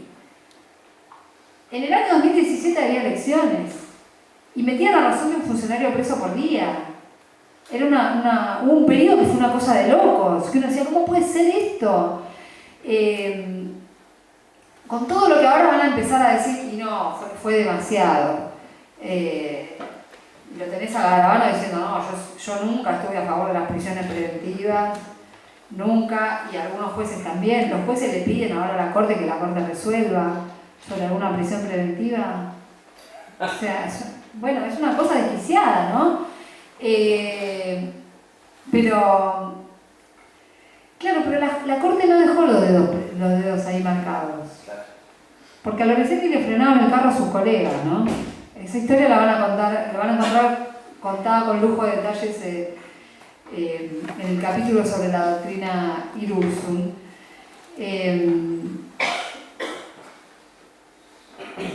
Porque son un poco, lo que decía antes de la sutileza, ¿no? Y de esta capacidad de cinturear que tienen los jueces de la Corte, que la verdad es que Comodoro Pi son un poco más bestiales. Leían literalmente lo que decía Comodoro Pi y le dieron para adelante. Y tenían reuniones con Lorenzetti y todo, y Lorenzetti estaba al tanto de todo lo que iba a pasar. No eran ajenos, ¿no? Entonces, la verdad que para mí fue sorprendente eso, porque fue muy salvaje, o sea, porque realmente estaban violentando el Estado de Derecho, ¿no? Y bueno, algunos que vemos la cocina, a mí me da desesperación, porque desde mi lugar yo tengo quizá mucha más información que el común de la gente. Cuando yo contaba esto, no sé, a mi mamá, a mi papá, me miraban y me decían, pero de verdad está pasando eso, ¿no? Y claro, y yo entiendo que cause sorpresas, y si a mí me daba una impotencia terrible, ¿no?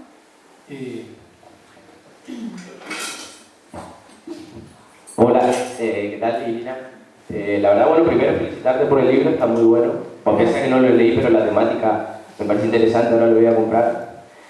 Te quería comentar, nosotros somos de Misiones, nosotros tenemos 9 jueces en nuestro Superior Tribunal de Justicia, no sabemos para qué, pero están ahí cobrando un sueldo. Todos puestos obviamente por el poder de turno, que es la renovación. Carlos Rovira, sí, hace muchos años ya que está en el gobierno. Y realmente un poco lo que vos decías, ¿sí? ¿Qué tenemos que hacer? Nosotros en Misiones, por ejemplo, no tenemos ni siquiera información de los fallos. No hay un sistema público, digamos, en el cual la gente pueda acceder, ni siquiera los abogados, ni cualquier ciudadano, a los fallos de los jueces, ¿sí? de la justicia provincial, de la justicia ordinaria, ¿sí? de nuestra provincia.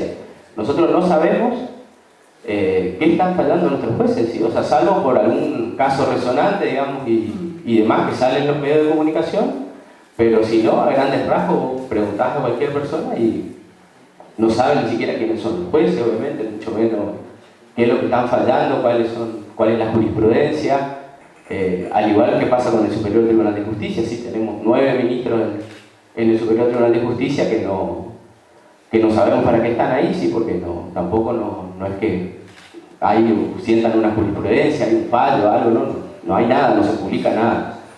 Y entonces un poco pensando en todo lo que contaba, sí, que si eso pasa, digamos, en la primera magistratura de la nación que nos queda a nosotros, a las provincias,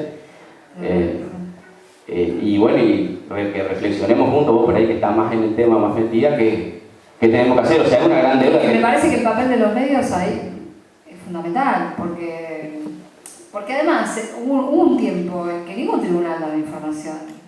Y estaba el famoso, los jueces solo hablan por sus sentencias, ¿viste? Y la verdad es que, o sea, que eso lo rompes, es difícil, yo no te digo que sea fácil. Imagínate yo que estaba en página 12 cuando los jueces hablaban por su sentencia, a mí me costaba un triunfo conseguir un fallo, enterarme de algo que estuviera por pasar. Pero vuelvo a una cosa que dije al principio, que alrededor de una causa judicial hay muchas personas. Entonces ahí, viste, está la astucia de los periodistas, también de por dónde moverse.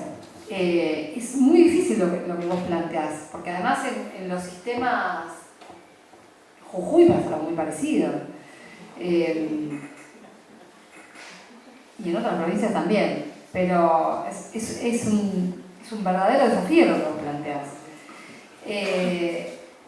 Sería genial armar un medio específico sobre noticias judiciales y que se maten todos buscando la información y generar competitividad alrededor de esas noticias, ¿viste? Porque realmente además forman parte de la agenda periodística. A mí me sorprende el interés que genera la noticia judicial. Realmente para mí es una curiosidad porque no termino de pescar cuál es el fenómeno, ¿no? Pero genera muchísimo interés. Y creo que además cuando lográs transmitir la noticia judicial con algo de picardía, ¿no? Y de curiosidades, el efecto es multiplicador. Me parece que ahí para romper esa barrera está mucho el laburo del periodismo. Es mi punto de vista, porque lograr que se reforme el sistema, y sí, también, tendrán que plantear proyectos de ley para que se transparente la información, qué sé yo, pero es muy complicado. No te ayudé en nada. No, está bien, es complicado. Pasa que tenemos medios de comunicación que son muy adictos al poder también en la provincia. Ese será el problema. Y ahí tenemos el otro problema. Bueno, vamos con los medios alternativos. Algún medio alternativo, porque es complicado. Lo cierto es que no tenemos casi información judicial hoy en la provincia, sí. Es bastante complejo. Pero mira, te digo que, no sé, por lo menos lo que yo veo a nivel de la red de redes de medios desde la ciudad de Buenos Aires, hay medios que empezaron siendo experiencias muy arriesgadas.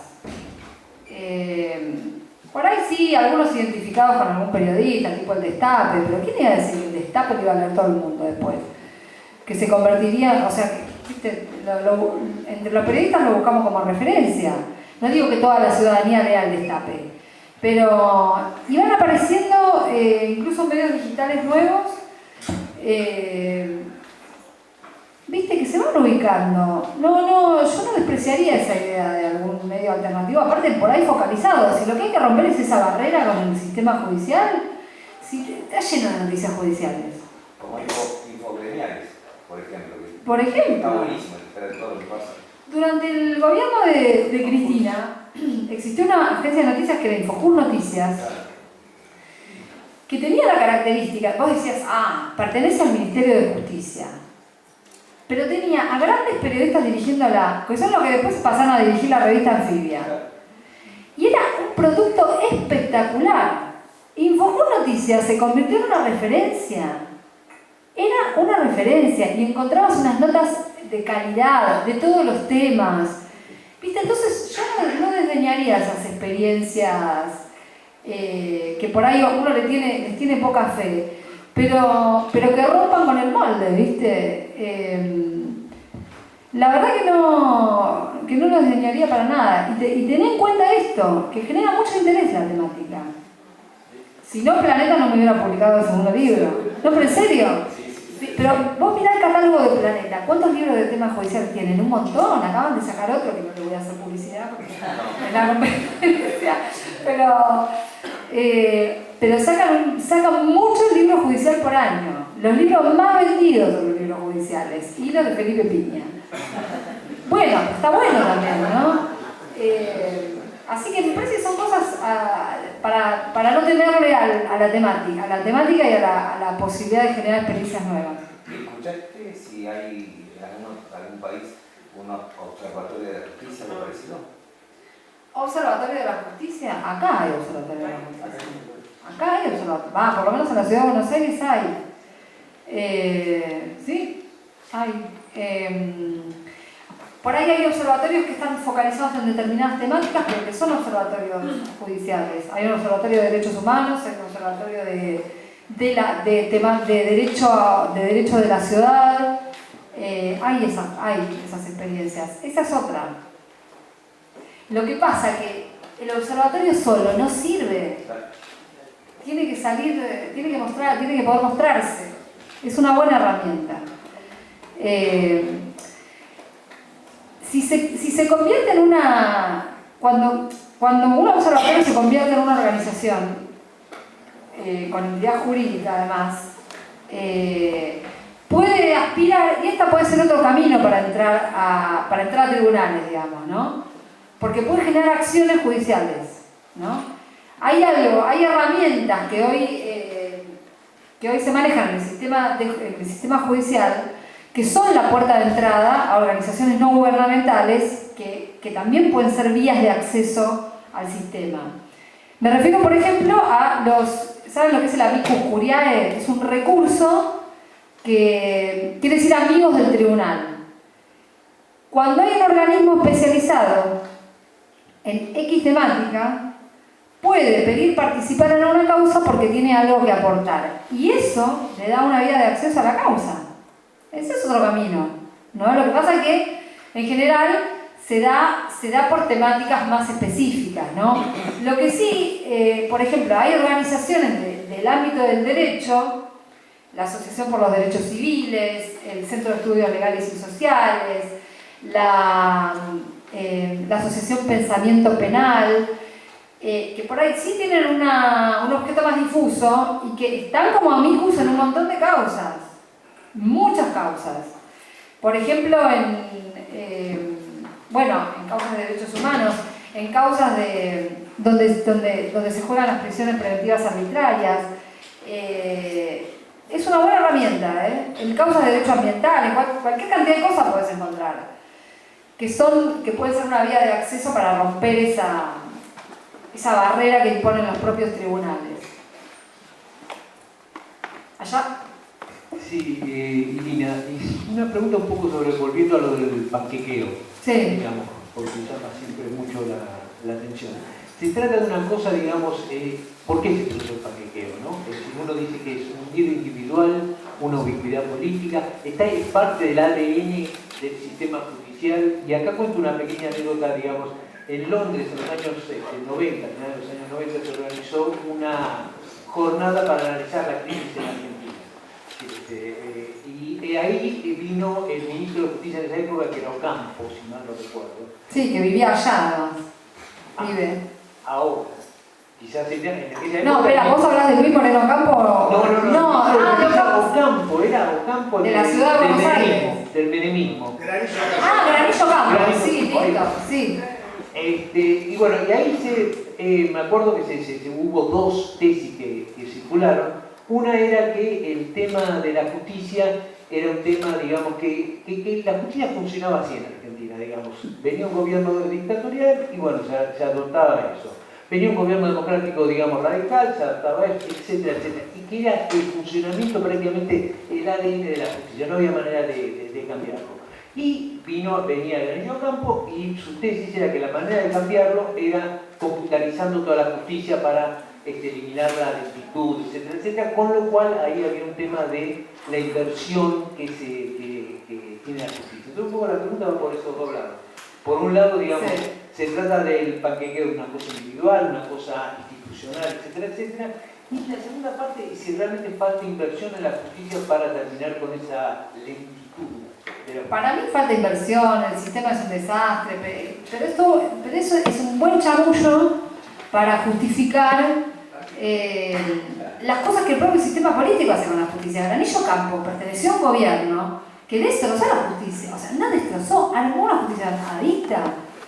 Los juzgados de Comodoro Pi nacieron con el gobierno de Menem. El Fuero Federal porteño de 12 juzgados nació con Menem. La Cámara de Casación nació con Menem. Sí, la mitad de los que están ahora fueron designados en esa época. Todos jueces amigos, los de la servilleta, algunos todavía están. La Corte Suprema de 9, de la mayoría automática, la creó ese gobierno. Entonces, Granillo Campo, sí, le venía bárbaro el chamullo de la tecnología. Hoy tiene el mismo chamullo. Es espectacular. Incluso los propios jueces, falta tecnología para que agilicemos los procesos. Y yo te voy a decir lo que pienso. Además de que sí hay cuestiones individuales, hay cuestiones de individualidades, hay algo que es inherente al sistema judicial, que es que los jueces pueden ser muchos jueces, muchos años jueces. No los elige el pueblo y además pueden perdurar, como ya te decía antes, hasta los 75 años. O sea, eso habilita una acumulación de poder enorme. Los jueces y juezas son dueños de un poder enorme. La vida y la libertad de personas dependen de ellos. Entonces, a mí me parece que desde el lado de la corporación judicial, la primera batalla que está siempre ahí abajo de todo, es la de la perpetuación. Permanecer en el cargo. ¿Cómo permaneces en el cargo? Quedando bien siempre con el poder de turno. Porque ¿cuál es la única forma de que te saquen de ese cargo? Si no te moriste o renunciaste. Que te hagan un juicio político. ¿Quién quiere que le hagan un juicio político? Nadie quiere que le hagan un juicio político.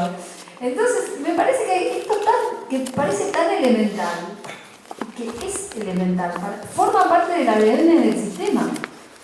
Por eso a mí me entusiasma cuando se debate en otros sistemas.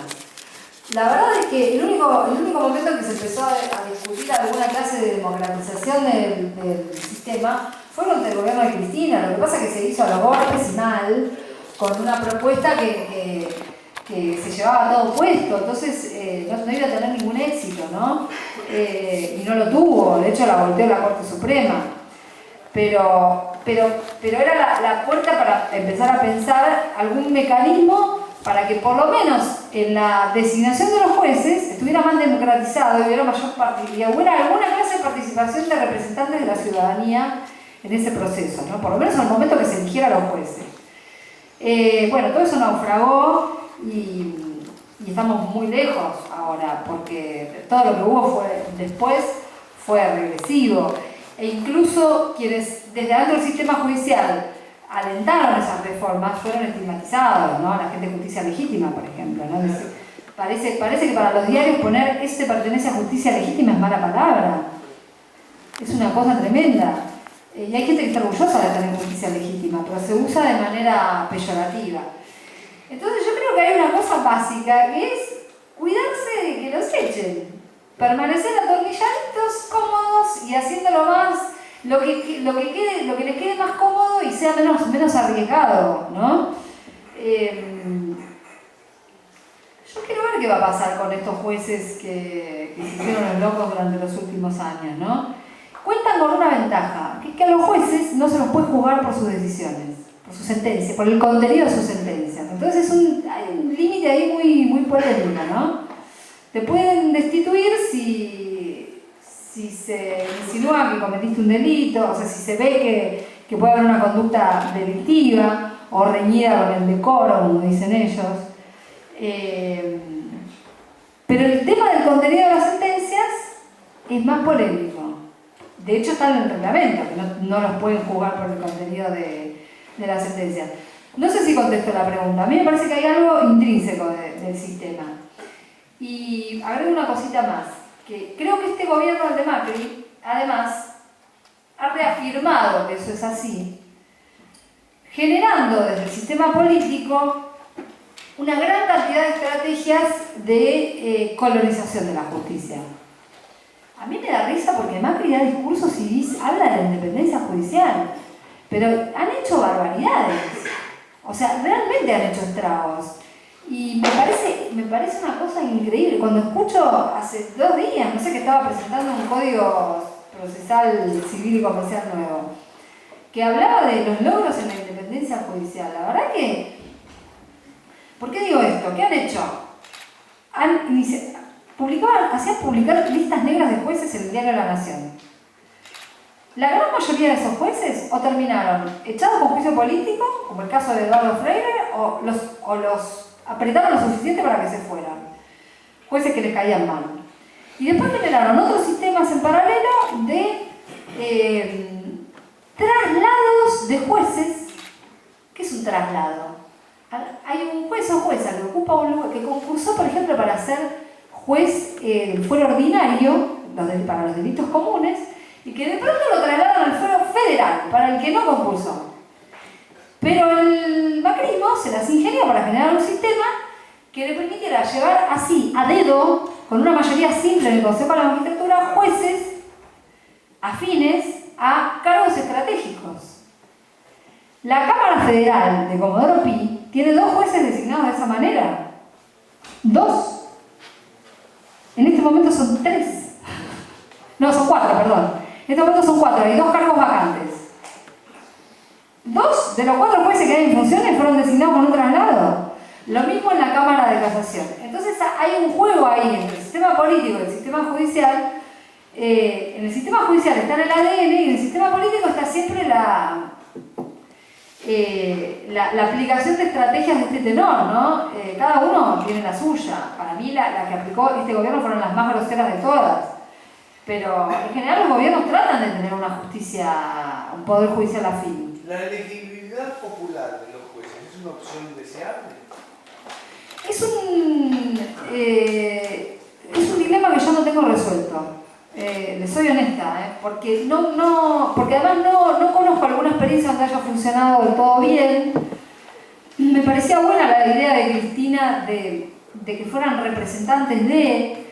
Es una forma indirecta. Claro, es una forma indirecta. No lo termino de tener claro. Me parece rara esta situación de que haya candidatos a jueces que los vote la ciudadanía, pero quizás es una cuestión de trabajo cultural, uno no sabe, que requiere todo un trabajo sobre el sistema judicial en general. Y además, generar la conciencia de que el sistema judicial es un servicio, no es un sistema para ser amigos, ¿no? Pero no existe eso. En general Amigos y fortuna.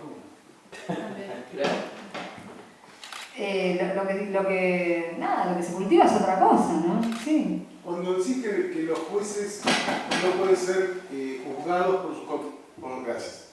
por sus fallos, aún entraría en esa categoría la forma en que condenó el juez Moro por íntima convicción. Eso no entraría como... No, yo pienso que hay grises donde que sí, o sea, que sí entrarían en la posibilidad de algún juzgamiento. Hay grises, creo que va a estar en la sagacidad para encontrarlo. Sí, acá un juez que juzga por íntima convicción y no debería pasar, no debería poder prevalecer en su cargo. De la misma manera que se ha juzgado a jueces por sus actos durante el periodo dictatorial, ¿no? Entonces uno dice, y sí, ahí se revisó el contenido de las sentencias y cómo se comportaron, ¿no? Porque colaboraron con la comisión de delitos, además, ¿no? Creo que también eso es un tema clave. Cuando lo que ponen en un fallo está al borde de ser un delito o puede serlo. Volviendo al periodismo, hace un rato mencionaste elogiosamente a Néstor Espósito. A mí me parece que es alguien que trabaja con seriedad y que sobre todo que comunica con claridad. Sí. ¿Cuáles otros referentes tenés bien valorados en el ejercicio del periodismo judicial?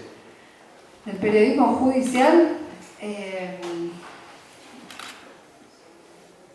a ver, bueno, Néstor para mí es un faro. Hay buenos periodistas en Infobae, no sé si son referentes, pero son personas a las que yo sigo, ¿no? O sea, no es que digo, cuando sea grande quiero ser como ellos. Por ahí, algunos son más chicos que yo también. Pero que son periodistas rigurosos, ¿no? Que por ahí ustedes no lo conocen tanto, pero que siguen mucho el día a día de la información judicial. Martín Angulo es uno de ellos,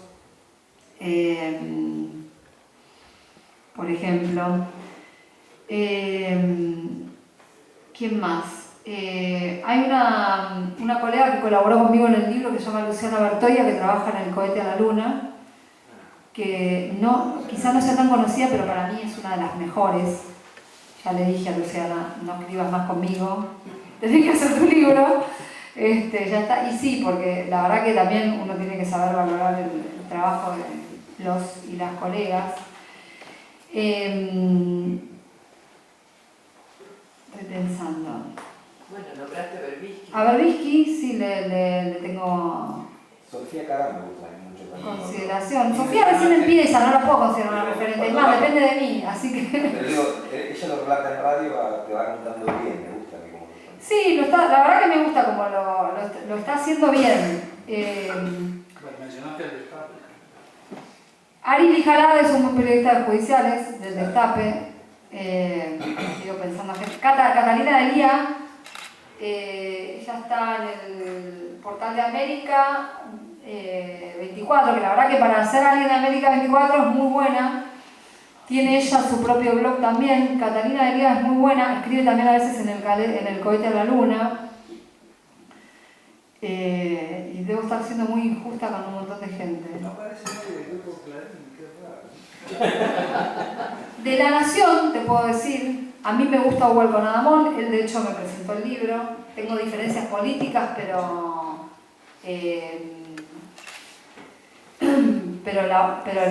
desde el punto de vista del trabajo lo respeto mucho. Paz Rodríguez de La Nación me parece una periodista impecable.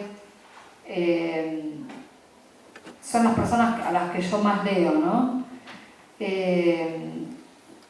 Después hay periodistas a los que leo, pero que me parece que entran a hacer un trabajo más sucio que a mí no me gusta, ¿no? Aún en los medios donde yo trabajo.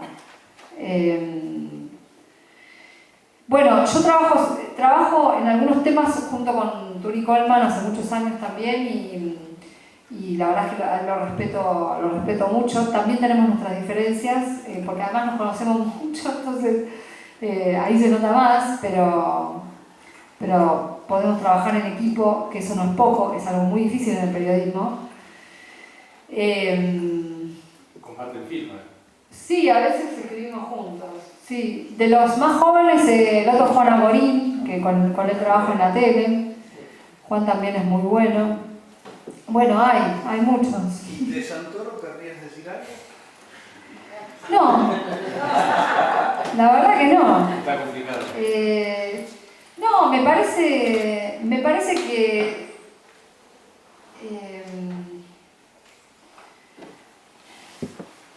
que desacreditan nuestro trabajo los que salen a defenderlo, con argumentos, la verdad que para mí no son solventes. Me da bronca que haya entidades periodísticas defendiéndolo, porque creo que uno sí tiene que tener cierta responsabilidad respecto de las fuentes que tiene y el trabajo y después lo que refleja sobre eso. Y no defendieron a sus compañeros investigados. ¿Cómo? Y no defendieron a Rocío Manque y a Argentina, esas entidades. No los defendieron. Yo no quiero, o sea, la verdad que mira, hay como una arista de la actividad periodística en la que no quisiera entrar en detalles, pero así como la justicia está atravesada por los servicios de inteligencia, el periodismo también. Entonces, hay peleas que ustedes ven como si fueran peleas en la grieta periodística, que son peleas que tienen que ver con el origen de la información y el manejo de la información. Lo que hizo Santoro con sus colegas de Animales Sueltos es una aberración. Lo que no quiere decir que yo respete el trabajo de Animales Sueltos. No, yo no lo Pero decía. son cosas distintas. Yo decía desde la lógica de estas entidades. Obviamente, de la lógica de esas entidades tenía que haber salido a respaldar a Romina Mangel y a Alejandro Fantino, desde ya. Porque Porque le cuento de respetar a Fantino. son personas cuya intimidad personal y profesional fue violada por un colega que le pasaba información a un ladrón de gallina, ¿no? No un ladrón de gallina, a un sofisticado, sí, sí, a un sofisticado delincuente.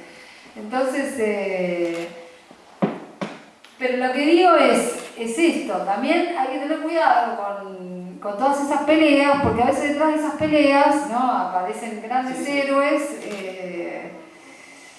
y bueno, hay otras cosas detrás, ¿no? Creo que otro de los grandes desafíos del periodismo es ese, deshacerse de eso, deshacerse de los condicionamientos de los servicios. Porque esto es lo que cayó Santoro, por ejemplo, que yo no sé si lo hizo adrede o no lo hizo adrede. Lo que pasa es que tenemos conciencia profesional, ¿no? Entonces, uno sabe cuando puede estar haciendo una acción, ejerciendo una acción psicológica para causar un efecto. No. Ni Santoro, ni yo, ni nadie de todos estos periodistas que nombramos nacimos de un repollo. Pero después hay otros, digamos, hay otros niveles de sutileza, ¿no? De información también influida por todos estos personajes, a veces más orgánicos y a veces más inorgánicos, ¿no? Es un territorio muy complejo. Mira, en noviembre pasado, FOPEA presentó a D'Alessio en Santoro. Sí. Nunca se retractó de su FOPEA. Por lo menos yo sepa, yo lo siguiente, nunca se retractó. Digo, ahí también me parece que está esto de que todos pueden meter la pata, pero tienen el derecho a disculparse, ellos nunca lo hicieron. Y vos me preguntás a mí, No, está mal, no digo. Comentario, digo. Sí. Porque después, la verdad que el tema es súper apasionante, sí, porque te va enojando, pero también te dan ganas de seguir conociendo. A mí me pasa que cuando voy leyendo, que digo, me voy enojando solo, sí, habitualmente me enojo solo, pero en este caso también. Y es un tema que te da ganas de seguir escuchando. Vos lo contás muy bien, no solo en los libros, sino acá en vivo. Y nosotros agradecemos muchísimo eso. La verdad que, particularmente, me imagino que muchos de los que están acá nos ha gustado hacerlo, nos invita, nos propone seguir metiéndonos en el tema. Nosotros muy agradecidos que hayan participado en estas jornadas de radio, en estas 13ª jornadas de radio, así que te agradecemos muchísimo, Liliana. Gracias a ustedes.